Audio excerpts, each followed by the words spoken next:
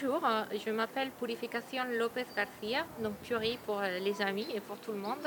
Je suis biologiste, je travaille au CNRS à l'Université Paris-Sud et je m'intéresse à la diversité et à l'évolution de la vie sur Terre et notamment aux micro-organismes puisque les micro-organismes ce sont, malgré les apparences, les organismes les plus divers qu'il y a sur Terre en termes génétiques. Alors, je m'intéresse à la vie dans différents environnements, y compris des environnements extrêmes, des fonds des océans aux déserts les plus froids ou les plus chauds. Et à partir de la vie qu'on connaît actuellement, je m'intéresse à retracer l'histoire de cette vie dans le passé et à l'origine de cette vie sur Terre. Alors, si je pense en utilisant des outils de phylogénie moléculaire, donc en utilisant l'information qui est portée par les molécules de ces cellules. Si je pense à out of atmosphere, je pense à s'écarter un petit peu de la Terre et je vois la Terre comme une planète vivante qui est moulinée, qui est travaillée tout le temps par ses activités microbiennes. Donc la Terre constitue un très grand écosystème qui est l'ensemble des écosystèmes terrestres qu'on connaît, les océans, les écosystèmes terrestres.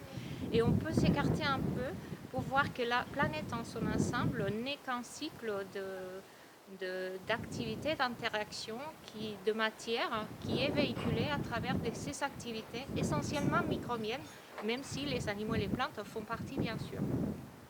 Je peux regarder à partir de la surface de la Terre vers le reste de l'espace, vers le reste de l'univers, de notre système solaire et au-delà.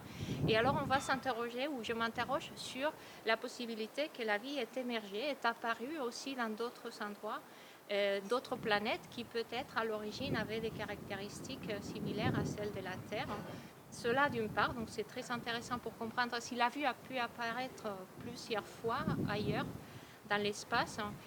Et d'autre part, en connaissant la vie sur Terre et jusqu'où la vie est possible en termes de conditions physico-chimiques, on va pouvoir étendre ce qu'on appelle les limites d'habitabilité d'une planète, c'est-à-dire rechercher la vie dans des environnements où a priori on penserait que la vie n'existe pas, comme des environnements extrêmement chauds à 110 degrés, mais où on sait maintenant que la vie existe sur Terre, donc on va pouvoir penser que la vie pourrait également exister dans des environnements planétaires qui aient des caractéristiques qu'on appelle aujourd'hui extrêmes. Voilà.